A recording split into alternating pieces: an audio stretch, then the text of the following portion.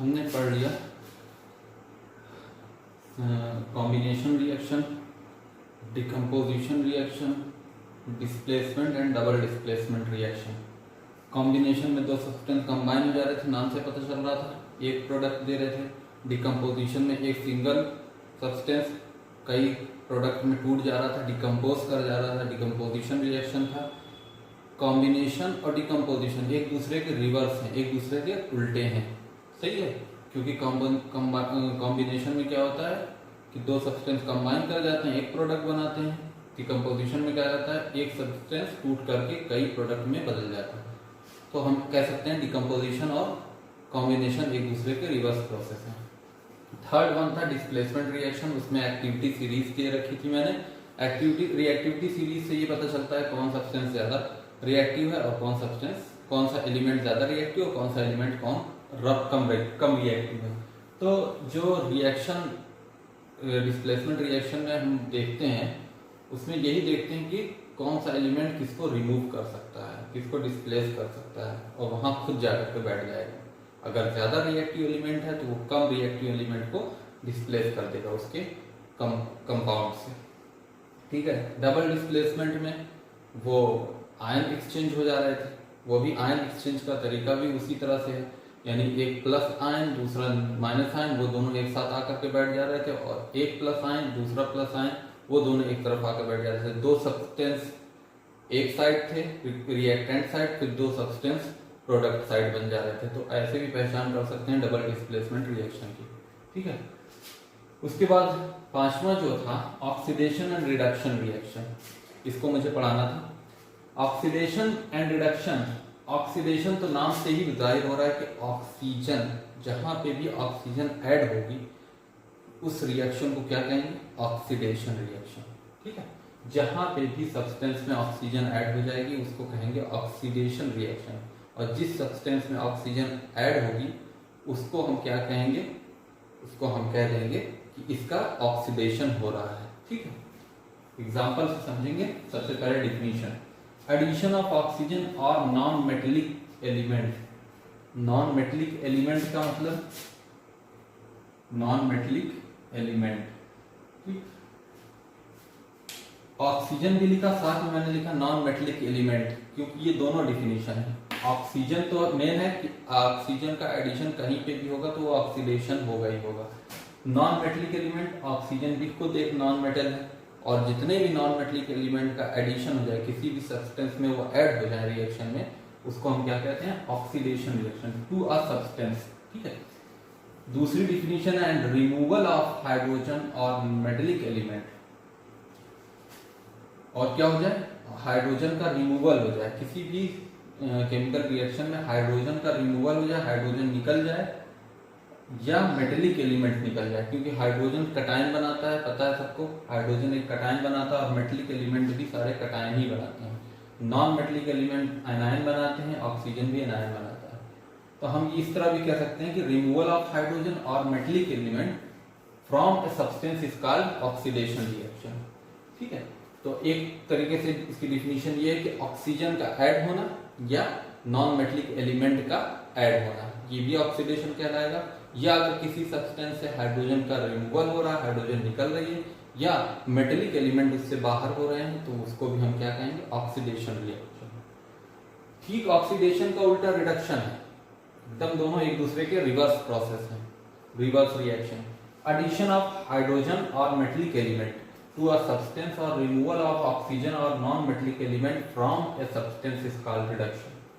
क्या होता है, एडिशन, यानी ऑक्सीजन का हाइड्रोजन का कहीं पे एडिशन हो जाए, यहाँ पे क्या था, ऑक्सीजन का एडिशन हो रहा था, यहाँ पे हाइड्रोजन का एडिशन हो रहा है, हाइड्रोजन या मेटेलिक एलिमेंट दोनों का एडिशन हो जाए, उसको हम रिडक्शन कहेंगे।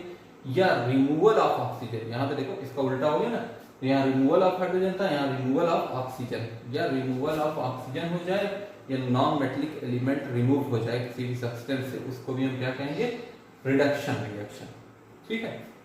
यानी हाइड्रोजन का एडिशन या मेटेलिक एलिमेंट का एडिशन या ऑक्सीजन का रिमूवल, नॉन मेटेलिक एलिमेंट का रिमूवल क्या कहलाता है, रिडक्शन प्रोसेस, ठीक है। ऑक्सीडेशन और रिडक्शन ये इसलिए साथ में लिखे गए हैं ताकि इसकी इसका डिफरेंस पता चले। ये दोनों एक दूसरे के ठीक रिवर्स हैं एकदम। उसके बाद ऑक्सीडाइजिंग एजेंट, जाहिर सी बात है कुछ ऐसा तो होगा जिससे ऑक्सीजन मिलेगी तो ऑक्सीडेशन होगा वहां पे, ऑक्सीजन प्रोवाइड कहीं से तो होगी या हाइड्रोजन कहीं से तो कोई सब्सटेंस के जरिए निकाला जाएगा। तो ऐसे सब्सटेंस जो हाइड्रोजन को निकालने का काम करें और ऑक्सीजन को ऐड करने का काम करें उसको क्या कहेंगे, ऑक्सीडाइजिंग एजेंट। एजेंट है ना, एजेंट क्या करते हैं, प्रोवाइड कराते हैं चीजें। तो ऑक्सीडाइजिंग एजेंट है तो हमको ऑक्सीजन क्या करानी है, प्रोवाइड करानी है, ठीक है। सब्सटेंस विच गिव ऑक्सीजन और which remove hydrogen is called oxidising agent. जो भी हाइड्रोजन को खींच लें, निकाल लें या ऑक्सीजन को ऐड कर दें वो क्या कहलाएंगे, ऑक्सीडाइजिंग एजेंट। ठीक इसका उल्टा क्या है, रिड्यूसिंग एजेंट। रिड्यूसिंग एजेंट में क्या होगा, हमको रिड्यूस कराना है, दिमाग में सोचना है। रिडक्शन क्या होता है, रिडक्शन होता है हाइड्रोजन को ऐड करवाना। तो ऐसा सब्सटेंस जो हाइड्रोजन को ऐड कराए, मेटलिक एलिमेंट को ऐड कराए और ऑक्सीजन को निकलवा दे, ठीक है। Substance which give hydrogen and remove oxygen is called reducing agent, ठीक है। ऑक्सीजन को रिमूव करा दे और हाइड्रोजन को ऐड करा दे उसको रिड्यूसिंग एजेंट कहेंगे। रिडक्शन कराने के लिए ही तो रिड्यूसिंग एजेंट की जरूरत पड़ेगी। तो रिडक्शन की डिफिनीशन के हिसाब से रिड्यूसिंग एजेंट, ऑक्सीडेशन की डिफिनीशन के हिसाब से ऑक्सीडाइजिंग एजेंट। यहाँ पे एक चीज लिखी हुई है रेडॉक्स रिएक्शन, ये बहुत मेन है क्योंकि ज्यादातर रिएक्शन जो होते हैं वो ऑक्सीडेशन रिडक्शन एक साथ में होते हैं। जहां पे भी रिएक्शन एक साथ हो जिसमें ऑक्सीडेशन भी हो रहा है रिडक्शन भी हो रहा है तो ऐसे रिएक्शन को क्या हम कहते हैं, रेडॉक्स रिएक्शन। देखो रेडॉक्स का रेड जो रिडक्शन का है, ऑक्स ऑक्सीडेशन का है, तो रेडॉक्स रिएक्शन ऐसे रिएक्शन को कहते हैं। मोरओवर ऑक्सीडेशन और reduction occur together which is called redox reaction. ये दोनों साथ साथ में होंगे उसको क्या कहेंगे, रेडॉक्स रिएक्शन। मैंने कुछ एग्जांपल दे रखे हैं रेडॉक्स रिएक्शन के थ्रू ही इन दोनों को समझाने की कोशिश करूंगा क्योंकि ये अलग अलग भी कर सकता था लेकिन एक साथ इसमें समझ जाएंगे तो फिर कोई दिक्कत नहीं, ठीक है। एग्जाम्पल 1 2 3 तीन एग्जाम्पल हैं जिसमें पहला एग्जाम्पल है कॉपर ऑक्साइड है। कॉपर ऑक्साइड किस कलर का होता है, ब्लैक कलर का, सॉलिड होता है प्लस H2। अगर हाइड्रोजन गैस कॉपर ऑक्साइड के उसमें सब्सटेंस से पास की जाए और हीट उसको दी जाए, ठीक है, तो क्या होगा, कॉपर ऑक्साइड कॉपर में टूट जाएगा प्लस H2O वाटर अलग हो जाएगा, ठीक है। इतना ये रिएक्शन होता है। कॉपर ऑक्साइड हाइड्रोजन के साथ हीट देते हैं तो copper plus hydrogen H2O liquid बन जाता है जिसमें कॉपर जो होता है वो ब्राउन कलर का होता है, सबको पता है। अब बात यहाँ पे आती है कौन सा ऑक्सीडेशन कहाँ हो रहा है, कहाँ से रिडक्शन हो रहा है। तो हमको देखना है कहाँ पे ऑक्सीडेशन का मतलब क्या होता है, ऑक्सीजन का रिमूव होना, ऑक्सीजन का ऐड होना, और रिडक्शन क्या होता है, ऑक्सीजन का रिमूव होना या हाइड्रोजन का ऐड होना। देखो CuO से Cu चला गया तो यहाँ पे ऑक्सीजन रिमूव हो गई तो दैट इज रिडक्शन। ये देखो रिडक्शन लिखा है ना, यहाँ से एरो बनाया है, ये रिडक्शन हो रहा है, इसका रिड्यूस हो रहा है, ऑक्सीजन रिमूव कर रहा है तो क्या हो गया, कॉपर। यानी हम ऐसे भी कह सकते हैं copper oxide reduced to copper, copper में वो रिड्यूस हो रहा है। इसी तरह हाइड्रोजन जो है इससे ऑक्सीजन ले रहा है तो ऑक्सीजन यहाँ से प्रोवाइड हो रही है इसको ना, इसका मतलब इसमें एडिशन ऑफ ऑक्सीजन हो रहा है तो ऑक्सीडेशन इसका हो गया, ऑक्सीडेशन H2O, ठीक है। यहाँ पे देखो ऑक्सीजन ऐड हो गई तो H2 is oxidized to H2O and the copper oxide is reduced to Cu। अब दूसरी बात एक आती है इसमें, ये भी क्वेश्चन पूछा जाता है किसमें रिडक्शन हो रहा है, किसमें ऑक्सीडेशन हो रहा है। तो मैंने बता दिया कि यहाँ से हम पता करेंगे अगर रिमूवल ऑफ ऑक्सीजन या एडिशन ऑफ हाइड्रोजन है तो वहाँ रिडक्शन होगा, अगर रिमूवल ऑफ हाइड्रोजन है अगर एडिशन ऑफ हाइड्रोजन है एंड रिमूवल ऑफ ऑक्सीजन है तो वहाँ पे क्या होगा, रिडक्शन। और ऑक्सीडेशन कब होगा, जब एडिशन ऑफ ऑक्सीजन होगी और रिमूवल ऑफ हाइड्रोजन होगी। तो यहाँ से हमको ये पता चला किसमें रिडक्शन हो रहा है, किसमें ऑक्सीडेशन हो रहा है। अब हमको ऑक्सीडाइजिंग एजेंट, रिड्यूसिंग एजेंट तलाशने। मैंने ये डिफिनीशन पढ़ो, विच गिव ऑक्सीजन और विच रिमूव हाइड्रोजन। ऐसा सब्सटेंस जो ऑक्सीजन दे रहा है, मतलब देखो CuO है, ये ऑक्सीजन इसको दे रहा है ना, कॉपर ऑक्साइड ऑक्सीजन हाइड्रोजन को दे रहा है तभी तो वो वाटर बना रहा है। CuO क्या हो जाएगा, ऑक्सीडाइजिंग एजेंट, यहाँ पे लिखा हुआ CuO इज ऑक्सीडाइजिंग एजेंट, ठीक है। इसी तरह हाइड्रोजन जो होगा वो रिड्यूसिंग एजेंट होगा। अब क्यों रिड्यूसिंग एजेंट होगा, इसकी डिफिनीशन पढ़ो, सब्सटेंस व्हिच गिव हाइड्रोजन और remove oxygen is called reducing. ऐसा सब्सटेंस जो ऑक्सीजन को रिमूव कर देता है या हाइड्रोजन को ऐड कर देता है। अभी हाइड्रोजन तो है ही, यहाँ से ऑक्सीजन इसने रिमूव कर दी और अपने में ले लिया तो क्या हो गया, ये रिड्यूसिंग एजेंट हो गया, शॉर्टकट में अगर समझने का तरीका है, जो भी सब्सटेंस जिसमें रिडक्शन होता है वो ऑक्सीडाइजिंग एजेंट होता है, और जिसमें भी ऑक्सीडेशन होता है वो रिड्यूसिंग एजेंट होता है। ठीक है, ऐसे हम समझ सकते हैं। इसी तरह सेकंड एग्जांपल है कॉपर। कॉपर कहाँ ऑक्सीडेशन हो रहा है, CuO में, यहाँ से ऑक्सीजन की कॉपर को मिल रही है, ये CuO, यानी copper is oxidised to CuO and oxygen is reduced to CO। कहा है CuO में रिड्यूस हो गया। अब यहाँ पे तो रिडक्शन कोई हाइड्रोजन का केस तो है नहीं, यहाँ पे हाइड्रोजन का केस नहीं है, तो एक और चीज तो है यहाँ पे। और मेटेलिक एलिमेंट्स, मेटेलिक एलिमेंट्स कैसे, ऑक्सीजन में क्या हुआ, ये कॉपर का ऐड हो गया, कॉपर क्या है, मेटल है, मेटेलिक एलिमेंट यहाँ ऐड हो गया तो रिडक्शन हो गया, इसीलिए मैंने ब्रैकेट में लिख दिया एडिशन ऑफ मेटेलिक एलिमेंट। ठीक है, तो कॉपर ऑक्सीडेशन हो रहा है, इसका मतलब कॉपर क्या है, इसका ऑक्सीडेशन हो रहा है तो कॉपर क्या होगा, रिड्यूसिंग एजेंट होगा, कॉपर इज रिड्यूसिंग एजेंट। ठीक है, ऑक्सीजन का रिडक्शन हो रहा है तो ऑक्सीजन क्या होगा, ऑक्सीडाइजिंग एजेंट। और इस तरह भी सोच सकते हो, ऑक्सीजन ऑक्सीडाइजिंग एजेंट है, ऑक्सीजन इसको ऑक्सीजन प्रोवाइड कर रहा है। उसके बाद ये है third example, lead iodide, lead oxide है प्लस कार्बन है। इसका रिएक्शन जब होता है तो लेड अलग हो जाता है और कार्बन डाइऑक्साइड अलग से निकल करके गैस के फॉर्म में आ जाती है, ये गैसीय फॉर्म में है। ठीक, यहाँ पे भी इसलिए दिख रहा है लेड ऑक्साइड, लेड यहाँ पे बन रहा है तो ऑक्सीजन रिमूव हो रही है। ऑक्सीजन रिमूव किसको कहते हैं, रिडक्शन को। तो PbO रिड्यूस हो रहा है किसमें, लेड में, and the carbon is oxidised to CO2। क्यों, क्योंकि यहाँ से ये ऑक्सीजन इसको दे दिया, इसने ऑक्सीजन इसको दे दिया, चल ले लो और फिर अपने में कार्बन डाइऑक्साइड बना लो, तो ऑक्सीडाइज हो गया CO2 में कार्बन, और लेड ऑक्साइड रिड्यूस हो गया लेड में। अब हम इजीली पता लगा सकते हैं इससे कि कौन सा ऑक्सीडाइजिंग एजेंट है, कौन सा रिड्यूस एजेंट है। ठीक उसका उल्टा, जिसमें रिडक्शन होगा वो ऑक्सीडाइजिंग एजेंट होगा। ये PbO देखो रिडक्शन हो रहा है तो ये क्या है, ऑक्सीडाइजिंग एजेंट, और ये कार्बन जो है जिसमें ऑक्सीडेशन हो रहा है वो रिड्यूसिंग एजेंट हो जाएगा। ठीक है, तो इतना था oxidation, reduction and redox reaction. Oxidation का भी इफेक्ट हमारी डेली लाइफ पे पड़ता है, तो हम अब पढ़ेंगे इफेक्ट्स ऑफ ऑक्सीडेशन रिएक्शन, जो कि हमारी डेली की लाइफ में इफेक्ट किसका आता है। Number 1, corrosion of metals. Corrosion of metal यानी मेटल का खराब होना। कोई भी मेटल रख दो, कोरोजन ज़्यादातर मेटल में होता है, जो कि हाई रिएक्टिव मेटल है उसमें ज़्यादा तेजी से होता है कोरोजन, जो लेस रिएक्टिव मेटल है उसमें ग्रेजुअली होता रहता है, धीमे धीमे होता रहता है। लेकिन ज़्यादातर जैसे आयरन है, आयरन में लोहे की पीस में जंग का लगना क्या है, वो एक तरह से उसके सरफेस को कोरोड करना ही कोरोजन ही है।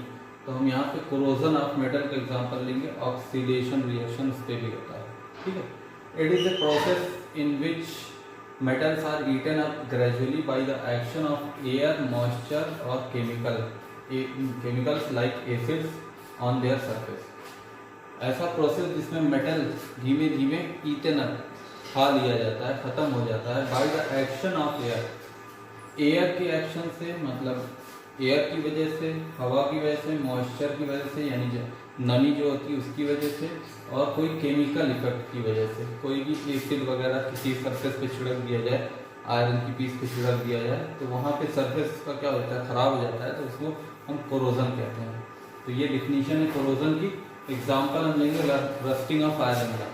ये एक बेसिक सा एग्जाम्पल है जो हमारे डेली लाइफ में देखने को मिलता है। In rusting iron metal is oxidised by the oxygen of air in the presence of water to form hydrated iron 3 oxide called rust।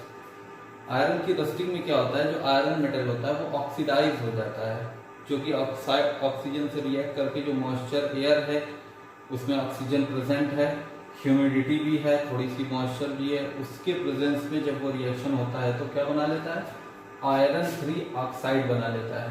Iron 3 oxide जो कि रस्ट कहलाता है। ठीक है, जो जंग के फॉर्म में हमको ऑक्सीजन की जंग के फॉर्म में हमको आयरन के ऊपर, या आयरन की कोई भी पीस है, लोहे की कोई भी पीस है, उसके ऊपर जंग की तरह से हमको नजर आता है, ब्राउन कलर का। तो रस्ट किस कलर का होता है, ब्राउन कलर का। ये रिएक्शन उसका आयरन है, आयरन की कोई पीस है, आयरन रॉड ले लो, ऑक्सीजन ये एयर से आएगी, कहाँ से आएगी, एयर से, ये आएगी एयर से। ठीक, मॉइस्चर ये भी एयर ही में होगा, एटमॉस्फेयर में मॉइस्चर होगा। 2xH2O क्यों लिखा है? x का मतलब है वेरिएबल। अब ये मॉइस्चर हमको नहीं पता कितना है एयर में, बहुत ज़्यादा कभी हो जाता है कभी कम हो जाता है, तो इसलिए हमने क्या लगाया, x यहाँ पे लगाया। ठीक है, 2 तो ये बैलेंस करने के लगाया, सबसे पहले xH2O लगाया। ये 2 कंडीशन रहेगी, ये तो एयर से आएगी, ये हमारे पास आयरन बार है, ही कुछ दिन तक रखेंगे, ग्रेजुअली होता है, धीमे धीमे होता है, इतने अचानक से बस रखा और हो गया ऐसा कुछ नहीं होता, ये ग्रेजुअली होगा, बहुत स्लो रिएक्शन होगा। तो होते होते ये बना लेगा, उसके ऊपर उसकी सरफेस को कोरोड कर देगा, ब्राउन कलर की एक लेयर आयरन की पीस के ऊपर जम जाएगी, जिसको हम जंग कहते हैं अपनी लैंग्वेज में।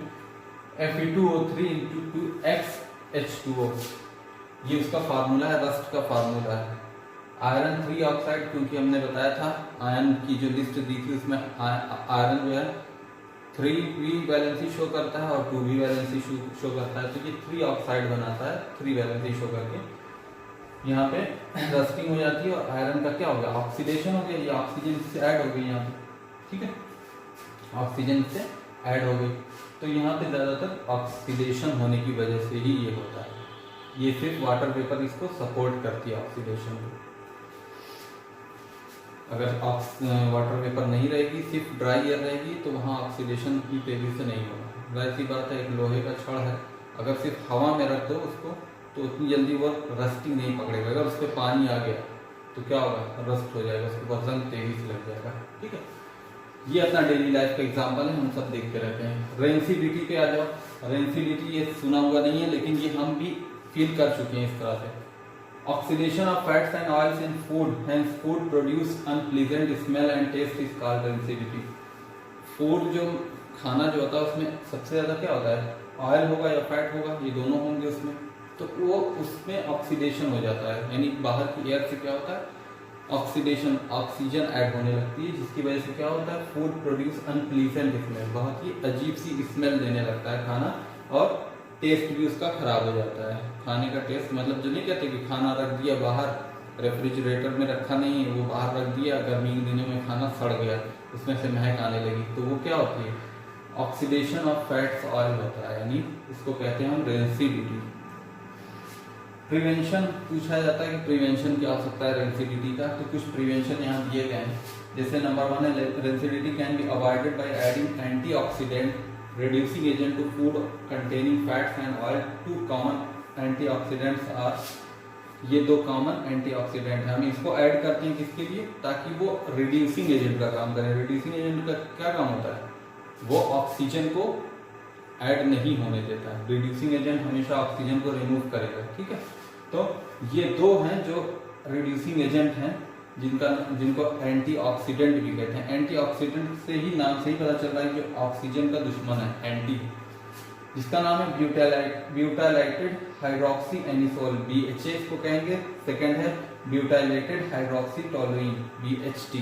ठीक है, ये 2 एंटीऑक्सीडेंट हैं, ये हम यूज करते हैं किसके लिए, to prevent rancidity from the food. And the second is by keeping food in your refrigerator, खाने को रेफ्रिजरेटर में डाल दो तो वहाँ से ऑक्सीजन की सप्लाई रुक जाएगी, क्योंकि बाहर से एटमॉस्फेयर से उस पर ऑक्सीजन अटैक नहीं कर पाएगी। ठीक है, और टेम्परेचर भी उतना उसको सपोर्ट नहीं करेगा।